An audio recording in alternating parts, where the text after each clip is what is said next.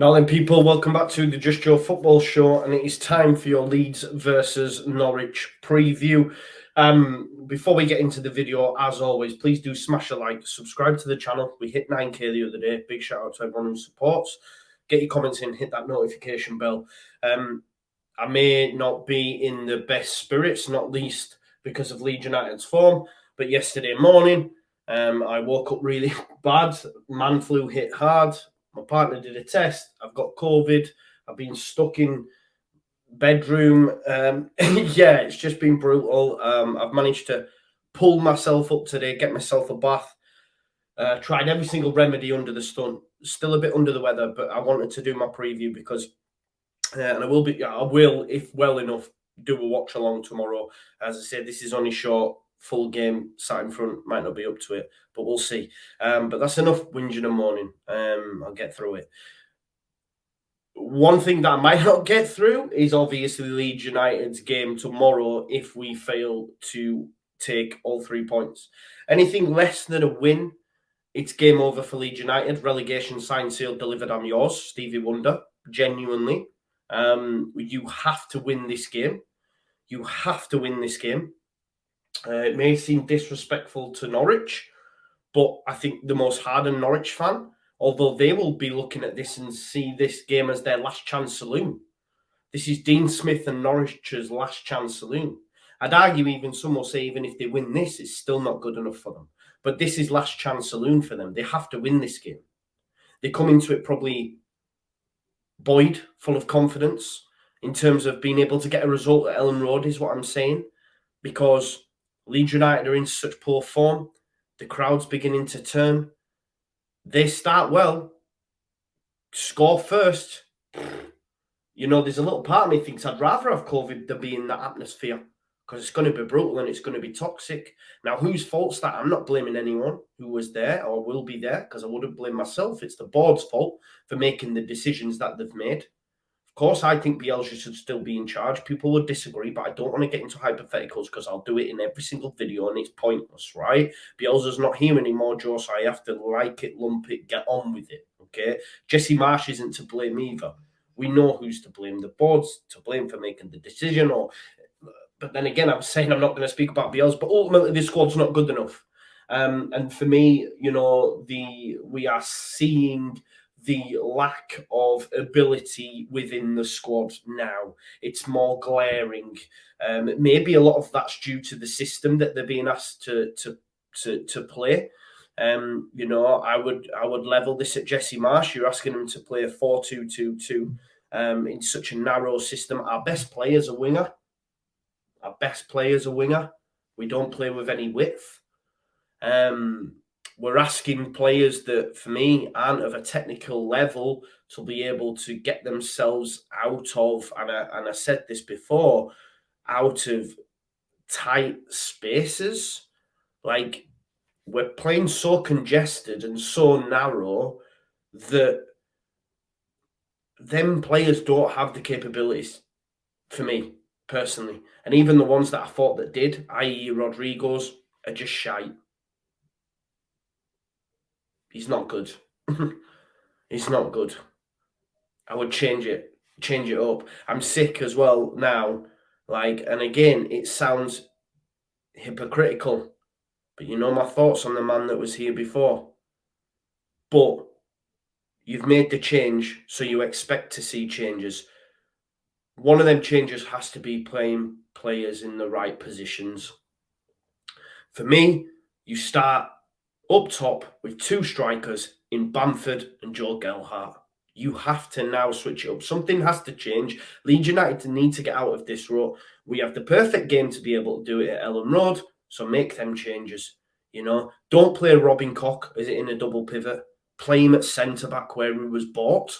Because it seems to me Jesse Marsch has come in, said, right, what I'm going to do is just play my formation. That's all he's changed, guys. And some BS positive mental attitude talk. Because that's all it is. All I'm seeing now is, oh, yeah, this, that. It's BS, man. They need more than that. It looks to me like we've changed the tactical. We've changed the tactical outlook, i.e. but nothing else has changed. Players are still playing in the exact same positions that Bielsa used to play him in, that everyone was fuming with. You're playing Robin Koch in DM, and I'd argue that had Bielsa never played in there, Jesse Marsch wouldn't have come in and played him there. I'd argue that had Bielsa not played Dan James in a striker role, I'd argue that he wouldn't be expected to do it under Jesse Marsch. So does that show lack much? Because no one else seen Dan James as a striker before Bielsa started playing him there. No one, okay, Koch maybe played it in Germany or whatever. But I'm just saying, like, no one's seen Ayling as a centre-back. And Jesse Marsch coming and going, oh, well, they played there under Bielsa, so I'll just play them there.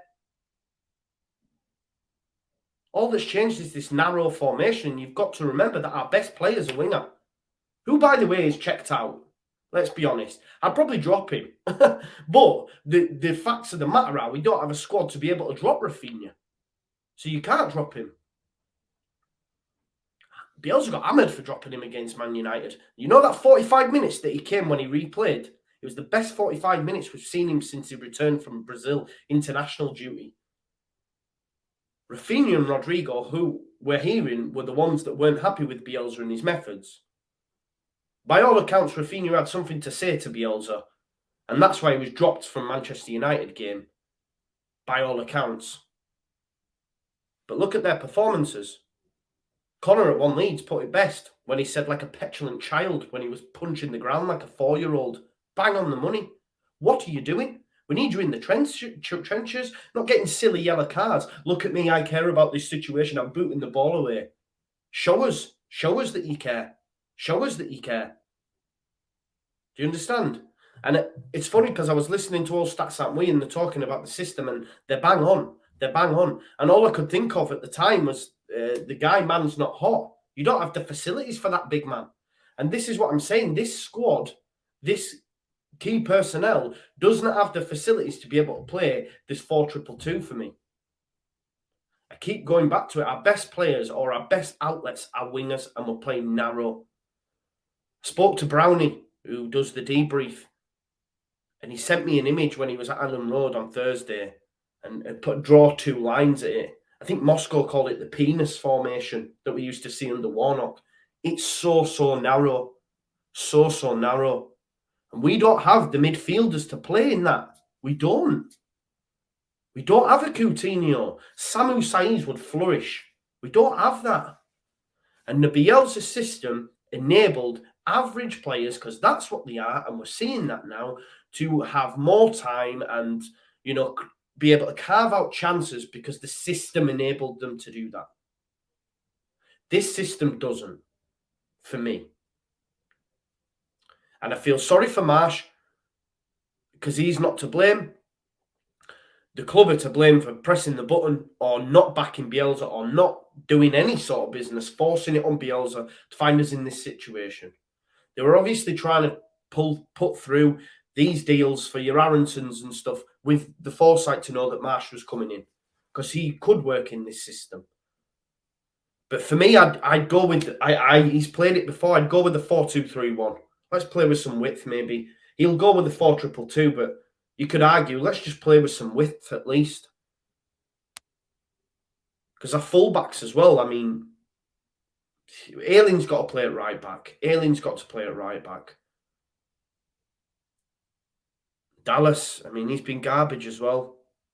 It's funny because Dallas, for me now, and a lot of them, and I feel like I'm doing them a disservice, but it's true. They'll go back to them old players that they were. They will.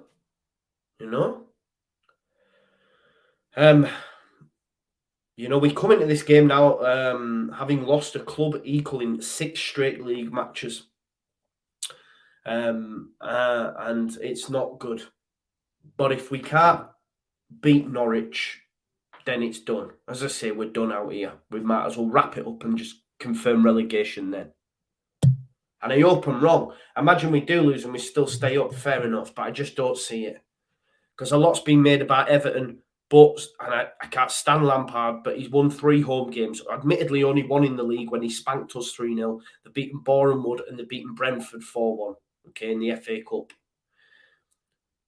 But Everton's home form will keep them up, okay? They play Newcastle and Wolves next, and I would argue they get maximum points. I genuinely believe it. Minimum 3. If they don't, okay, fair enough. But I believe they get minimum 3. And it's on Burnley. Burnley play Brentford today. Please, Brentford. Please, Brentford. Or even a draw. Maybe we can still catch Brentford. I don't see it because I don't see where we win games at the minute. I don't. I'm sorry. I don't. And this, you know, I'm positive, but people always assume that I'm positive for positive's sake. No, I was positive because I believed. I was positive because there was things to be positive about. There isn't any more for me. Not right now, anyway. That could all change. Football's a fickle business. We beat Norwich at the weekend and I'll be bouncing again. But right now, especially after that humbling defeat against Aston Villa and the lack of nous, like Jesse Marsh, Firpo was garbage and Firpo is garbage. And I'd argue we need a new left back come the summer. But he wasn't helped out by the system because Jesse Marsh is on record as saying, like, we don't worry about that other side of the pitch. I said in the prelude to Marsh coming in and being confirmed that Leeds are still susceptible due to this system to balls over the top due to a high defensive line and switches of play. And Marsh is on record as saying he's not sort of bothered about that. And that's what happened for Cash's goal. You know, admittedly, Firpo's all over the shop, but my Cash is in acres. It's just straight switch over. Fullback to fullback, which was the same against Spurs under Bielsa. Has anything changed? Not for me, not now, not at the minute anyway. It's important we score first. It's important we score early. Because the longer it stays 0-0, the more tense the crowd gets. It'll be tense anyway, but the more tense it gets, the worse it is for Leeds United, the better it is for Norwich. And here's a bit of a stat for you. No side has picked up fewer Premier League points than Leeds after conceding first this season. That was always a rhetoric under Bielsa. If we conceded first, we were done. If we scored first, we were sound. You know? And it'll continue, especially in the form that we're in at the minute. If Leeds United heads will go, but we need warriors out there. We can't have that. We need people. We need leaders. We need Coopers out there. We need Calvins out there. But we can't rely on them right now. You know. Look, the saving grace is Norwich are bad. Norwich are bad. Okay. Now we're bad as well. Let me caveat that. We aren't, you know, I've always said I believe the 3 worst teams. All that's changed now. We're in absolute free fall, dropping like a stone. I've said for weeks, Norwich and Watford are done. The fact Norwich and Watford are done, you have to beat them. We've got Norwich and Watford in the next 3, yeah? But they're so bad, you know. They've only scored 7 away goals all season. It's the lowest in the division. They don't have a great record. Now, there is a caveat to that. They've netted 4 goals in their last 3 Premier League away games. So in terms of scoring goals away from home, they can take confidence because they've started to do that, which, you know, they'd failed to do in the previous 17 Premier League trips, or it's as many as they'd done in that time. So they have reason to be confident. They are missing Omabadeli, I hammer his name, and Adam Ida. But you know, Timu Puki, he's got 7 goals this term. Look, in terms of the personnel they brought in, Sargent, Rashika, you know, I don't really rate them. That might come back to bite me. I think they'll play with the 4-3-3. I was impressed with Matthias Norman last time we played. Remember, we won that game and we were rubbish in that game, but points win prizes, just like where we find ourselves in the league.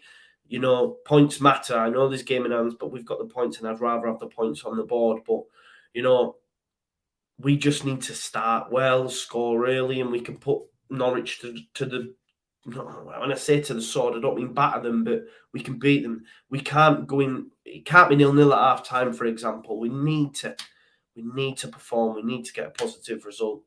So they'll go Tim Krul in goal, Max Aaron's right back if fit, Hanley and Gibson, and Brandon Williams on loan from Manchester United, who is a decent left back, and I'd argue it'd be someone that I'd be interested in taking if we manage to stay up. But Hanley and Gibson, rubbish centre back, rubbish centre back partnership, championship all over. That is, you know. Matthias Norman, who I was impressed with, in front of the back four, you'll have Gilmore and McLean in the midfield too, and then the three up front will be Sargent, Pookie, and Rashika. But yeah, I mean, Pookie, he loves a goal, doesn't he? I mean, obviously Premier League seems a bit too much of a step for him, but this Norwich side, we have a little bit of history with. And it feels like it feels like a championship bout. It feels like a championship bout. It may well be next season if we're not careful. We have to win this game. We have to win this game. If a point's not good enough, we can't lose. I mean, lose, that's it. There was people throwing their scarves at Jesse Marshall. I dare say what will happen if we lose. You've got Radrazani coming out and tweeting. Just don't stay away from it while it's like this. We need to be the aggressor in this game, for sure. I don't want to see Robin Koch in midfield. Forshaw and Click, Let's progress the ball, Let's get our better players on the ball. Let's try play wide. I know he won't. Look, I'd like to go 4-2-3-1. I would. 4-2-3-1. Let's have some width. James on one side, Rafinha on the other. I'd argue Gelhardt even behind Bamford. But he'll probably go 4-2-2. And if he goes 4-2-2, Ayling at right back, Llorente centre back, Strauch left centre back, who I'd drop if Cooper was back, by the way, because he's been rubbish. Left back, Stuart Dallas. Yeah. Let's get Leif Davis back if we can. The two sitting, the double pivot, if you like, Click, Forshaw. The wingers, Rafinha, James. I think he'll play Harrison. He's a fan of Harrison, but no, out. And then you have to start Gelhardt and Bamford for me. Gelhardt and Bamford. We have to go for it. We have to do it because it's do or die time. Lose and it's game over for me. Fail to win and we're down. Fail to win and we're down. I know this has been very depressive, but I can only speak what's my truth, and this is my truth going into this Norwich game. Not looking forward to it. We should win. Hopefully we do win. I'll be bouncing if we do, but I'm really, really nervous going into it because it's Leeds, isn't it, for Norwich to do as it is. But, yeah. Hopefully we win. I can't even give you a prediction. I can't even say like 2-1, 2-0, whatever. I just don't know. I don't know. Listen, if I'm fitting well enough, I'll do a watch along for the game, so make sure you join me for that, okay? Thank you if you've stayed to the end. Smash a like, comment, subscribe, notification bell, all that jazz. And listen, enjoy the rest of your Saturday and join me on Sunday, all right? Peace out. Leeds, Leeds, Leeds.